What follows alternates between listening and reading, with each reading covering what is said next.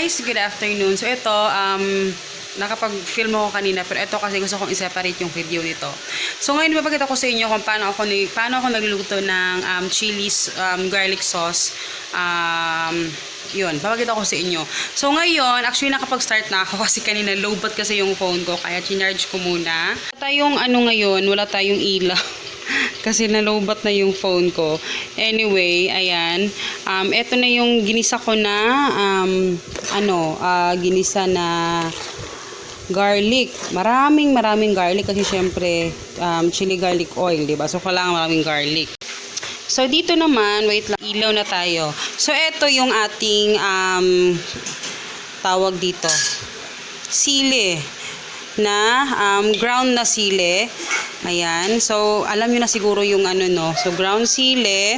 And then, ang gagawin natin, ito, 3 kilos ito guys. Pero per kilo, ilalagay nyo is 850 grams lang or ml, grams nga, na oil. So, ito, dahil 3 kilos, ayun, ito yung oil natin. Okay na yan. Tapos, yung garlic natin, kailangan talaga marami. Wala akong specific na siguro mga 6 to 7 na buo na garlic. Ayun. So, ito naman, ito sa aming naman yan, sa ibang putahe yan. So, ito, kailangan gisang-gisa ito guys, kasi para lumabas yung amoy niya. Saka natin ilagay yung ating sili. Ayun guys, filter ako. Ilalagay na natin yung ating sili. Ito lang yung ko kasi masyadong malaki yung aking kalaha, yung aking kawali. Baka tumalsik sa akin yung baka tumalsik yung foil. So, nilalagay ko na ito. So, ang gagawin natin, kailangan ito sa sili guys, kailangan lutong-luto. Lagay ko muna.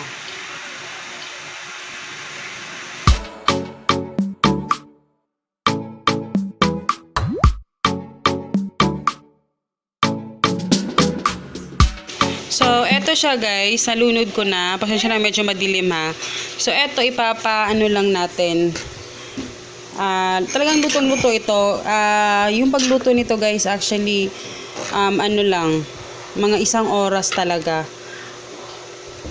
Tapos, eto, malaki yung ginagamit ko kasi marami yung niluluto ko. Pero, pwede naman yung ordinary yung lang din yung gagamitin. So, pakuluin lang natin siya. Tapos, kailangan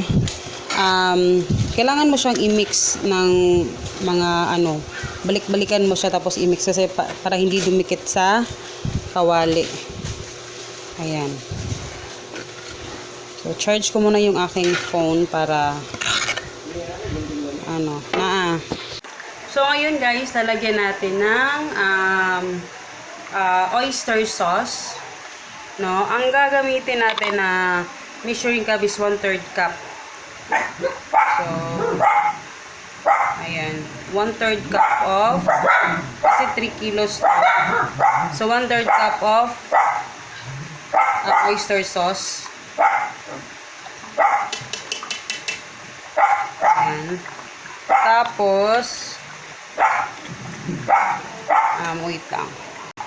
Tapos, ito guys, maglalagay tayo ng atsuete powder yung ilalagay natin. So, ang ilalagay natin dito is 3 tablespoon, no? Marami yung ilalagay natin. So, 3. And then, kung ayaw nyo naman ng atsuete powder, pwede din ang atsuete, yung pakukuluan nyo. Yung talagang atsuete na buo. So, pwede yung pakuluan nyo ng oil at yun yung gamitin ninyo. Ako, yung atsuete powder lang yung aking ginagamit. So, yun yung inilalagay ko. So, actually, wala na akong ibang nilalagay. Yun lang yung nilalagay ko. So, ilalagay ko sa description box yung mga ginamit ko dito. So, eto guys, kailangan nyo siyang i-stir ha, lagi. Kasi para hindi siya dumikit. And kailangan golden na yung oil. At saka hindi na nagbabubbles yung sa gilid-gilid. Kasi yung tendency kasi yung sa etong sili, pag hindi siya naluto, may tendency na magbabubble siya sa loob ng lagayan. Pag napak mo na siya, ilang araw lang magbabubble siya. So parang bumubula siya. So kaya importante kasi acidic yung di ba? Acidic yung sili. So importante na lutong-luto talaga siya, no? Kailangan lutong-luto. And malakas yung apoy ha, high flame dapat ito guys. Hindi pwedeng mahina ang apoy, kailangan high flame.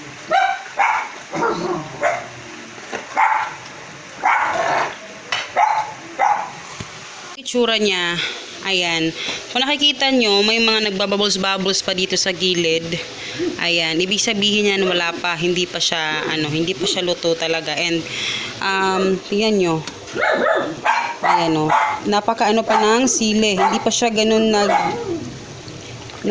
makikita nyo naman na hindi pa talaga luto yung sili.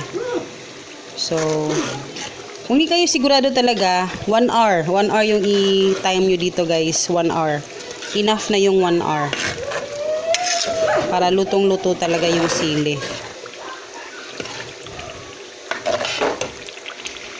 So, eto na yung ating chili garlic sauce. Ayan. Chili garlic oil. Ayan. So, ganyan yung magiging itsura niya guys, no? Nakikita nyo, yung sili, lutong-luto na siya. So, papalalamigin lang muna natin ito, no? So, palalamigin muna natin. And then, so, ito yung box na gagamitin natin. Itong M-7177. So, this is 220 ml. Yan. So, ito, mayroon tayong sobra dito. So, ito yung uunahin natin. Ito yung gagamitin natin para mag-sterilize ng mga bottles. So, etong step na to guys, napaka-importante. Kasi, ito din isang way para magtagal yung shelf life ng ating chili garlic. So ganito yung magiging itsura niya guys. So ito 36 bottles yung nalagay natin. Kasama na rin yung takip. Kasama natin yan i-sterilize. So lalagyan natin ng tubig. Tsaka ito yung kanyang takip. Takpan natin ng ganyan. Pakukuluan lang natin ito para matanggal yung mga syempre yung mga bacteria sa loob. So ayan.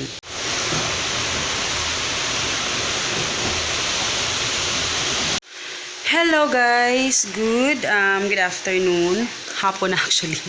So ngayon is actually ako, hindi ko natapos kahapon yung aking paglagay ng So ayan, in-sterilize ko ulit yung mga bottles. May ibang bottles pa akong i-sterilize. So ngayon maglalagay ako ng chili sauce dito. So medyo maraming trabaho ito. And ayun, simulan ko na kasi hapon na. Ito yung aking ilalagay dito sa mga bottles na to. So actually na to, okay na to. Ayan, sterilize na sila. And then para matapos na po ako dito. Ayan guys, tapos na ako ang tawag dito, maglagay doon sa mga bottles. Ayan, nilagay ko sila lahat dito sa planggana. Nang nagawa ko sa 3 kilos is 25. Usually 24 talaga. So may sobrang isa. So depende kasi yan kasi minsan yung sili sumasobra siya ng gramo. So ayan, 25 bottles yung nagawa natin. So nilatag ko lahat dito, nilagay ko lahat dahil magpo-pour ulit ako ng mainit na tubig dito bago ko sila lagyan ng yung plastic seal tapos yung label na. So ganun siya, medyo matrabaho talaga siya. So sa ganitong business kasi guys, dito nagluluto ka, minsan yung iba hindi nila sinasali yung labor doon sa costing. So, napaka-importante yung meron kang labor talaga every kilo na ginagawa mo. So, for example, sa 1 kilo, kailangan may labor ka doon na kasama na 50 pesos. Yun. So, dapat kasama yun sa costing mo. Kasi, syempre, napaka matrabaho yung ganito kasi yung nag-e-effort ka magluto. So, importante na may costing. Kasi yung iba, yung kino-costing lang nila, yung ingredients na nilalagay nila dyan. O, kompleto naman yung nilagay. Pero, syempre, hindi mo sinama dun yung labor mo. So, importante yung labor, guys, ha? So, na-share ko lang. Medyo madilim, pero ilalagay ko yung aking tripod para yung aking ring light na maliit para maliwanag pamaya pag ano ko. Pero nag-iinit pa ako ng init na tubig. And then, ngayon, katapos niyan, magluluto ako ng bagoong, yung bagong alamang. So, yun naman yung next na iluluto ko. And hopefully, magkasya yung aking bottles kasi hindi kami nakabili ngayon kasi kanina sobrang ang dami namin ginawa ni Papa. And hapon na, hindi na kami makakabili ng bottles. So, maybe bukas, kung ma-short ako sa bottles natin. Natira pa dito na sterilize. Pero meron pa akong isang box dyan. So, yun naman yung i-sterilize ko ngayon. And then, ayun. Hinintay ko lang yung ano. So, eto na siya, guys, no? So, ang ginagawa ko, ko lang siya. Pinupor. Kasi, pandagdag to sa parang sa shelf life niya para tumagal talaga siya. Syempre mano-mano tayo na yun pala kinain ko yung mga chips kanina. Mano-mano tayo kasi ito yung low budget. Syempre mahal yung yung pang talaga nito. So ito, carry naman na to. Ayan. Kalat ng aming kasi may tutupiin pa ako dyan, and pangat yung lighting. Anyway, magpiprint ako ngayon ng aming label natin sa, ipiprint ko yung label natin sa ating chili sauce. So, ang ginagamit ko, itong photo sticker paper. Ayan, hindi talaga ito na kahit mabasa siya, maganda pa rin siya. So, na-share ko to sa second channel natin, yung Christine Likit. Na-share ko dun yung pag-print ng label kasi kaya naipakita ko to doon. So, magpiprint tayo ng at least, siguro, mga 5 pages. Ayan. Aking ipiprint ngayon yung aking label. No?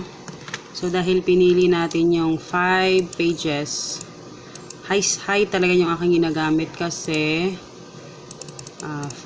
Ayan. Kasi para talagang maganda yung niya, pag-print. Ayan. Ako lang din yung gumawa niyan. Guys, mayroong nagtatanong sa inyo kasi makita kung paano kong ginagamit yung paper cutter ko. So, yung paper cutter natin, ay hindi ko pa na-adjust pala ito kasi dapat lalakihan ko pa ito. Pero dito, wala pa akong time mag-edit. So, ang gagawin na, hindi ko masyado may sa inyo. Pero, ayun, sobrang convenient nito kasi, siya, mabilis lang yung pagkakat namin na, ayan, isang ganyan lang, putol na siya. Tapos, mabilis lang talaga. So, kailangan, talaga siya, straight talaga siya sa ayan. Ayan. So, ganyan yung itsura niya, guys. Sensya na madilim, ha. Tapos mas mabilis siya kasi dalawahan na. Tapos, hindi naman nanakit yung kamay mo. Ayan. Mabilis lang talaga. Ayan. So, ganyan, ayan na siya. So, itatat ko lang muna to lahat. Ayan. Ayan, guys. Hello. Ayan, tapos na ako sa aking chili, garlic at sweaty oil sauce. Ayan. So, ayan siya. 25 bottles. And ilalagay ko na to sa box para mahilinis ko na din. So, ayun. So, yun lang. Yun lang naman, guys. So, salamat sa panonood. And, na-share ko lang sa inyo since hindi ako makapag-vlog. So, ito lang yung iba-vlog ko para sa inyo. Kasi marami din gustong makita kung ano yung mga ginagawa ko sa pang-araw-araw na aking ginagawa. So, diba? So, complete yung aking na-share sa inyo ngayon. So, salamat sa panonood, guys. Good night. And, ayun. Tatapusin ko lang itong aking trabaho.